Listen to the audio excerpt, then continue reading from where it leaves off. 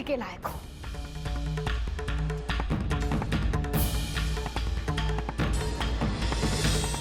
अबे साली, तेरी तो एक कदम भी आगे बढ़ाया ना तो यही काट के फेंक देंगे, समझे? पापा डंडा लेके आओ, आज जरा इनकी सब मस्ती यही निकाल दे हम। साली प्रोफेसर की बेटी। अंगद, खबरदार।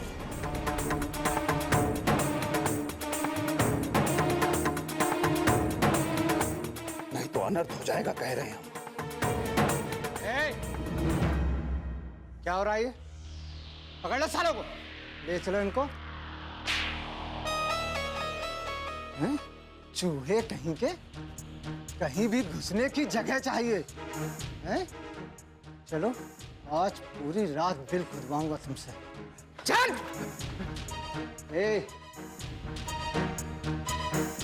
क्या रे, सरगना बनता है? चल तेरा नशा उतारता हूँ मैं। अरे हम कछ नहीं किए दरोगा जी, हमका माफ कर दीजिए दरोगा जी। पापा, हमने पुलिस को बुलाया। थैंक यू इंस्पेक्टर साहब, आप बिल्कुल सही वक्त पर आ गए। ले जाइए इन बदमाशों को। अंगद यादव ने हमारे और हमारे पूरे परिवार की जिंदगी को काफी दिनों से हराम करके रखा है। अरे चल चल, हम चल। शरीफ लोग हैं सर, तो शादी का प्रस्ताव चल साले, हमसे बताता हूँ मैं तुम लोगों को। अरे प्लीज अभी बताता हूँ तुझे थाने में। माफ कर दीजिए, गलती हो गई।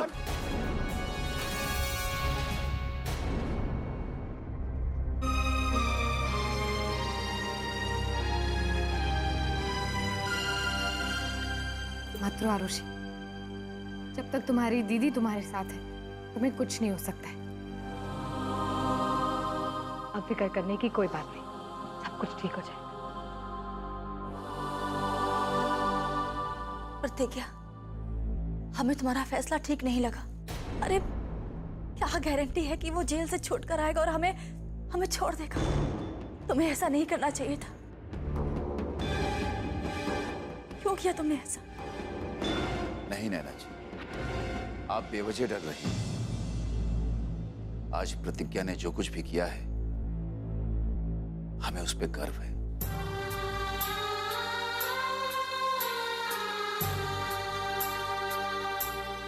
हम बेवजह डर डर के दहशत में न जाने क्या क्या सहते रहे। डरते रहने की बजाय हमें यह कदम बहुत पहले उठाना चाहिए था। श्यामू, तुम्हें प्रतिज्ञा पर गर्व हो रहा है ना, लेकिन बहू भी ठीक कह रही है। जरा सोचो बेटा, जो लड़का प्रतिज्ञा के एक तमाचा मारने पर इस हद तक गिर सकता है, वो उसे पुलिस के हवाले करने पर किस हद तक जा सकता है। लेकिन ये सोच सोचकर हम कब तक डर डर कर जिएंगे दादी? दादी, उसकी वजह से हमने बहुत कुछ झेला है, लेकिन अब बस बहुत हो गया। अब और नहीं सहेंगे।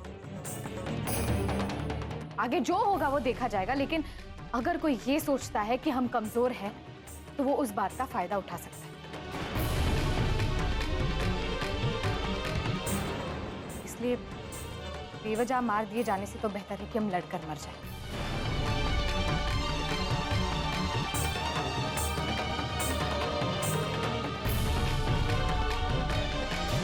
श्याम जी सक्सेना, तुम संघर्ष करो, हम तुम्हारे साथ हैं।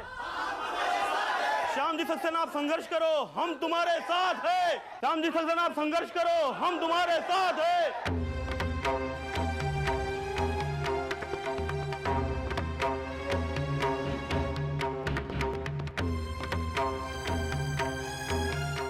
देखिए प्रोफेसर साहब, हम जानते हैं कि ठाकुर सज्जन सिंह ने आपके परिवार के साथ बहुत अन्याय किया है, लेकिन अब आपको घबराने की कोई जरूरत नहीं है, क्योंकि हम आपके साथ हैं।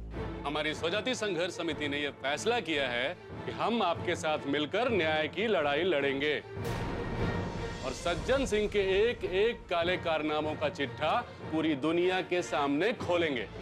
देखिए भाई, हमारा इस तरह की लड़ाई लड़ने का कोई भी इरादा नहीं। समझने की कोशिश कीजिए प्रोफेसर साहब, यह आपका निजी मामला नहीं है, ये अब हमारी पूरी बिरादरी का मामला है। आपको तो स्वयं अब तक सज्जन सिंह के खिलाफ हो जाना चाहिए था। सज्जन सिंह ने जबरन बाहुबली का इस्तेमाल करके अपने गुंडे बेटे के साथ आपके बेटे की शादी करवा दी। अगर हमारे बिरादरी के किसी भी आदमी के साथ अन्याय और अत्याचार हुआ तो हम चुप नहीं बैठेंगे, करारा जवाब देंगे हम। क्यों भाइयों? अरे भाई, क्यों इतने उत्तेजित हो रहे हैं आप लोग? क्यों बुझी हुई तीलियों से आप आग सुलगाने की कोशिश कर रहे हैं? नहीं श्याम जी, अब ये बात हमारे बिरादरी की है। आप शायद सज्जन सिंह के भय में चुप होंगे, लेकिन अब हम चुप नहीं बैठने वाले। और अब आपको भी डरने की कोई जरूरत नहीं है, क्योंकि हम व्यापक स्तर पर उनका कड़ा विरोध करेंगे। धरना, जुलूस, प्रचार हम सब करेंगे। क्यों भाइयों? श्याम जी सक्सेना, तुम संघर्ष करो, हम तुम्हारे साथ हैं। श्याम जी सक्सेना, तुम संघर्ष करो, हम तुम्हारे साथ हैं। श्याम जी सक्सेना, तुम संघर्ष करो, हमारे साथ हैं। शांत हो जाइए आप लोग, अरे शांत हो जाइए। आज आपको अपनी बिरादरी की याद आई है? आज आपको हमारी चिंता हो रही है, इसीलिए अपनी हमदर्दी का शामियाना उठाकर हमारे दरवाजे पर चले आए। अरे हम पूछते हैं, उस वक्त कहां थे आप लोग? उस वक्त कहां थे जब रोज रोज गुंडे और बदमाश हमें यहां पर प्रताड़ित किया करते थे? कहां थे आप लोग उस वक्त? उस वक्त वाकई हमें हमारी बिरादरी की जरूरत थी, और जब हमें हमारी बिरादरी की जरूरत थी उस वक्त आप लोग किस बिल में जाकर छुप गए थे? हम पूछते हैं, किस बिल में छिप गए थे आप लोग? उस वक्त किसी भी बिरादरी, किसी भी शुभ चिंतक को हमारी याद नहीं आई, और अब चले आए झंडा उठाए। हमें सज्जन सिंह के घर में कोई परेशानी नहीं है।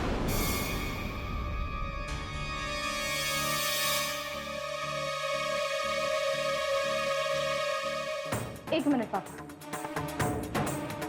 देखिए, उनके परिवार के किसी भी व्यक्ति ने हमें किसी तरह से प्रताड़ित नहीं किया है, इसलिए आप सब लोग हमारी फिक्र करना छोड़ दीजिए और हमें शांति से जीने दीजिए। और प्लीज आप सब यहाँ से चले जाइए।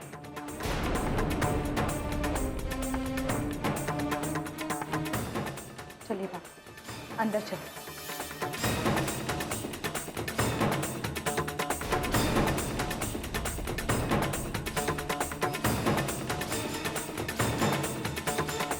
यार टुन्ना, हाँ चाय पीने का बहुत है दिल कर रहा है बे। अबे तो भाभी से कहे, भूल गए यार, भाभी तो है ही नहीं। यार टुन्ना, कहा बताएं, अब भाभी को आसपास देखने की आदत सी पड़ गई है, मन बहुत विचलित हो रहा है यार। बे टुन्ना चंदू, हाँ जा रहे हैं, दिग्या को लेने जाए। अरे भैया, लेकिन भाभी तो कह रही कि वो अपने आप ही आ ही जाएंगी। आई तो नहीं ना, नहीं? और आज्ञा क्या दी थी? आज्ञा दी थी रात पर रुकने की। तो अब तो कहा सवेरा हो गया, अब तो जा सकते हैं, इसलिए जा रहे हैं। अरे भैया एक मिनट रुकिए, अब जब जा रहे हैं ना तो फोन कर दीजिए। क्या है ना, आप फोन करेंगे तो घर वालों को पता चल जाएगा कि आप आ रहे हैं और भाभी भी तैयार हो जाएंगी। का पागल हो गया होगा, हैं? तैयार भैयार का होता है? पति के लिए पत्नी हमेशा तैयार रहती है, समझो। पत्नी होती है पति की जायदाद, तो जायदाद को देखने मिलने के लिए, ले जाने ले आने के लिए कोनो इजाजत की जरूरत नहीं। क्या बोलते हैं, अपॉइंटमेंट वो लेंगे अब अपनी बीवी से मिलने के लिए। तुम लोग भी बड़े हो गए, दिमाग बच्चों वाला तुम्हारा, समझो। जा रहे लेने।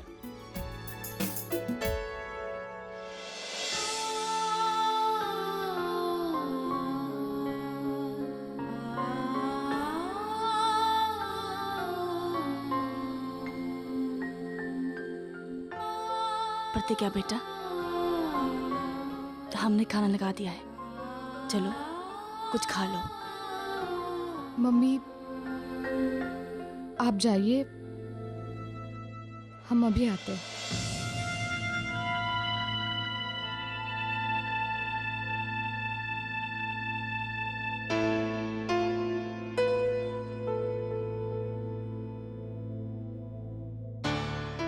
प्रतिज्ञा बेटा, हम तुम्हारी हालत समझते हैं,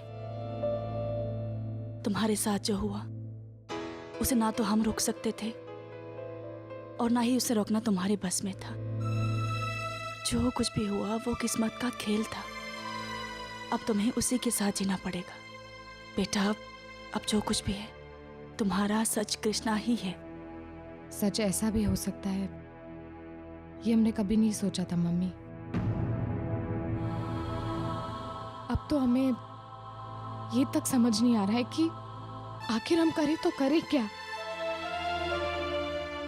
माना कि कृष्णा ने हमें अगवा नहीं किया था, लेकिन उसने हम पर अपनी इच्छाएं थोपने की कोशिश तो की थी ना।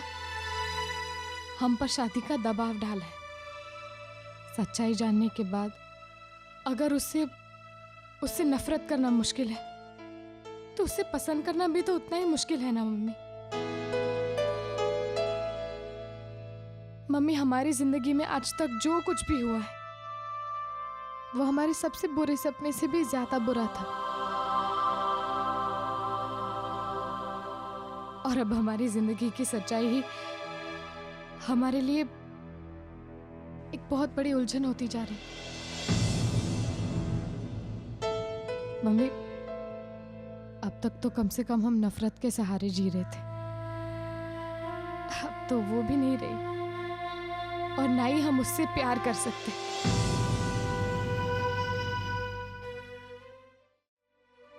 मम्मी, हम तो पहले ही बर्फ बन गए हैं। ऐसा बर्फ जो आग के सीने में है फिर भी पिघलता नहीं। बेटा प्यार करना इतना मुश्किल नहीं है, प्रतिज्ञा जिंदगी बहुत लंबी होती है और प्यार के बिना उसे निभाना बहुत मुश्किल है। औरत की जिंदगी एक नदी की तरह होती है। हर नदी को एक सागर की जरूरत होती है और हर औरत को एक सहारे की। नदी के रास्ते चाहे जितने भी उबड़ खाबड़ क्यों ना हो, वो वही पहुंचती है जहां उसे पहुंचना होता है। और हाँ, प्रतिज्ञा हर बर्फ पिघलती है, अगर वो ना पिघलने की जिद छोड़ दे तो। और तुम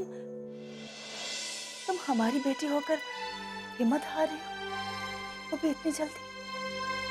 तुम तो हमारी बहादुर बेटी हो ना। तुम्हारी मम्मी सही कह रही है बेटा। कृष्णा का तुम तक पहुंचने का रास्ता जरूर गलत था, पर वो गलत नहीं है। और हाँ बेटा, हमें एक वचन दो कि जो कुछ भी हुआ है उसके बारे में तुम कृष्णा को कुछ नहीं बताओगी। लेकिन पापा, ये तो गलत होगा ना। हमें कृष्णा को सब कुछ सच सच बताना ही होगा। बात समझने की कोशिश करो बेटा। जो सच्चाई जिंदगी बर्बाद कर दे, उस सच्चाई को झूठ मानकर भूल जाना ही बेहतर होता है। और ये सच कुछ वैसा ही है। अगर तुम कृष्णा को ये बता दोगी तो वो इस बात पर कभी विश्वास नहीं करेगा कि अंगद ने तुम्हें अगवा करके एक रात अपने कब्जे में रखा और तुम्हारे साथ कुछ भी गलत नहीं हुआ। कभी विश्वास नहीं करेगा। और हो सकता है कि वो अंगद की तो जान ले ही ले, और मुमकिन है कि वो ये शादी भी तोड़ दे।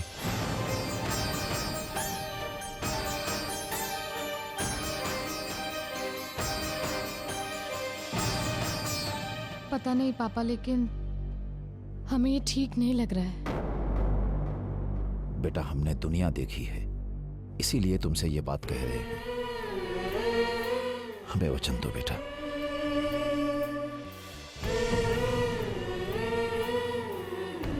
तुम कृष्णा को कुछ नहीं बताओगी।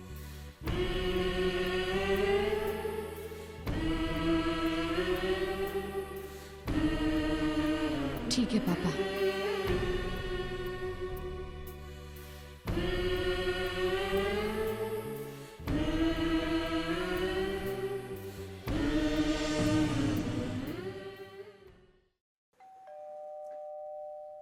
प्रणाम ससुर जी।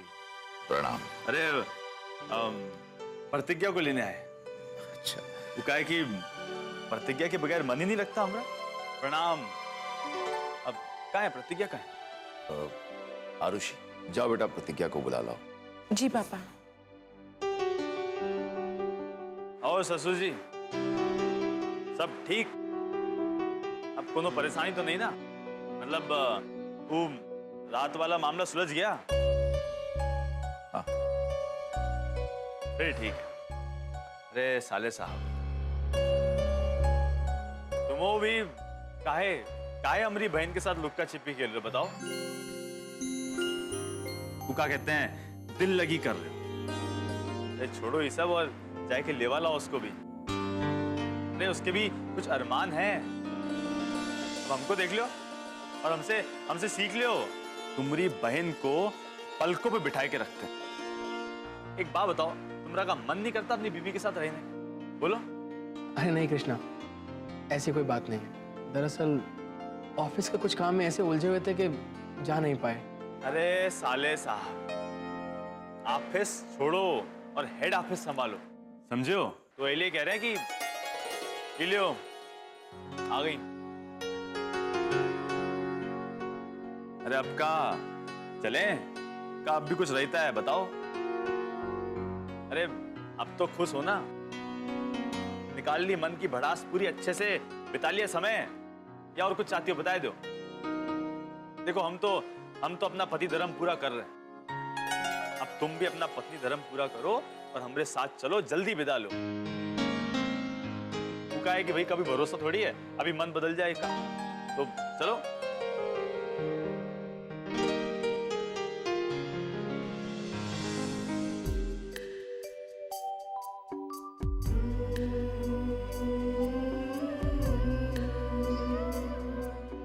खुश रहो बेटा। ईश्वर तुम्हारे जैसी बेटी हर किसी को दे।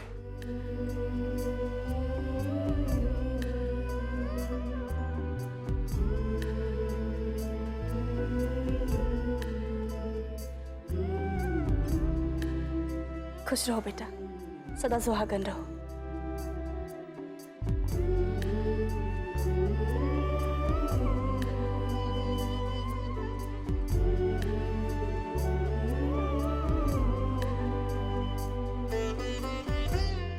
थैंक यू दीदी, आप नहीं आती ना तो। चुप पगली कहेंगी। अपनी दीदी को कोई थैंक यू कहता है क्या? और एक बात हमरी भी गठिया लो साली साहिबा। अरे आगे से ऐसे घर से भागने की गलती मत करना। अरे कुछ बात हो तो हमसे कही ना, और हर बार थोड़ी तुमको प्रतिज्ञा टकरा जाएगी। तो चिंता होती है, ऐसे मत करना। प्रतिज्ञा बेटा, कृष्णा बेटा जरा हमारे पास आओ। क्या बात है दादी, हमसे कोनो जुर्म हो गया क्या? नहीं नहीं बेटा, हम तुम दोनों को एक साथ आशीर्वाद देना चाहते हैं। अरे तो बहुत अच्छी बात है। दादी आज पहली बार हमसे अच्छे से बतियाई है, तो दादी जोरदार आशीर्वाद देना है। सदा खुश रहो बेटा। ठीक है। अरे हम बोले जोरदार आशीर्वाद दियो, तुम खुश हो गई? क्या मतलब? अरे ऐसे आशीर्वाद देते हैं, ऐसे दूधो नाओ पूतो फलो। अरे परनानी ने बनबो का।